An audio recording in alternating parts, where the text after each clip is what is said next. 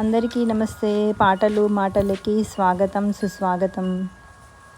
ఏంటో గడ్డి చూపిస్తుంది కూడా అనుకుంటున్నారా?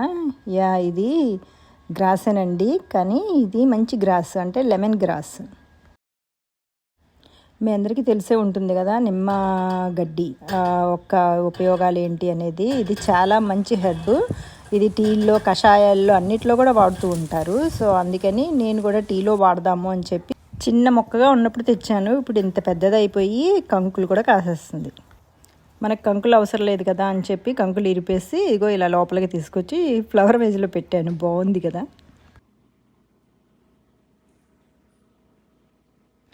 ఈరోజు చాలా చల్లగా ఉండడంతో పూలు, ఆకుకూరలు, మిగతావన్నీ కూడా ఒకే పళ్ళెంలో కోసేసుకొని లోపలికి గబగబా వచ్చేసి ఇక్కడ వేరు చేసుకున్నాను. బౌల్ మాత్రం భలే కలర్ఫుల్గా ఉంది కదా. అటువే పక్కన బాటిల్స్ అవన్నీ చూసి అబ్బో ఏదో వండేస్తుంది అనుకుంటున్నారా? అదేం కాదండి. ఆ రోజున కబోర్డు క్లీన్ చేశాను. అప్పుడు అవన్నీ తీసి పైన పెట్టాను. మళ్ళీ వాటిని లోపల పెట్టడం కొంచెం మర్చిపోయాను. ఇక పూలు, ఆకుకూరలు రెండు విడిగా చేసేసి నా ఫ్లవర్స్నేమో ఫ్రిడ్జ్లో పెట్టేస్తున్నాను. రేపటి పూజ కోసం పూలైతే రెడీ రెడీ రెడీ. ఇది వచ్చి ములగాకు. ఓ పక్కన ఆకుకూరలు అంటుంది, ఇక్కడేమో ములగాకు కోస్తుంది, అటు పక్కనేమో నూనె వేగుతుంది. ఏం చేస్తుంది ఇవిడ అనేసి అనుకుంటున్నారా? ఆగండి చెప్తాను. ముందుగా న్యూజెర్సీ జెట్ సింగింగ్ క్లాస్లో నేను నేర్చుకున్న ఒక చిన్న పాట మీకోసం.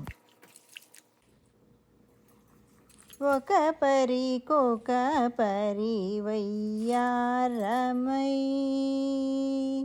ఒక పరికొక పరివయ్యారమై,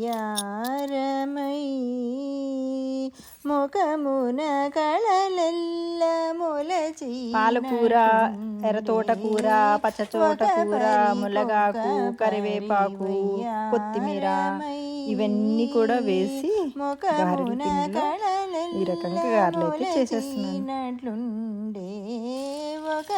మా బ్యాక్యార్డ్ గార్డెన్లో పుదీనా, పాలకూర, తోటకూర, ఆ తోటకూర కూడా గ్రీను, ఇలాగ రెడ్ కలర్ తోటకూర, బచ్చలి, మునగాకు, కరివేపాకు, కొత్తిమీర ఇలా అన్ని రకాల ఆకుకూరల్ని మా బ్యాక్యార్డ్లో అయితే వేసానండి. ఈ పూలు కట్టిన తర్వాత నాకు ఒక ఐడియా వచ్చింది, ఏమేమి మొక్కలు పెట్టచ్చు, ఎక్కడెక్కడ పెట్టచ్చు అని.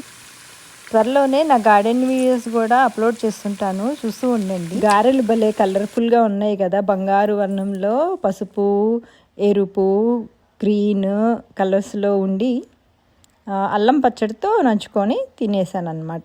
ఇదే నా డిన్నర్.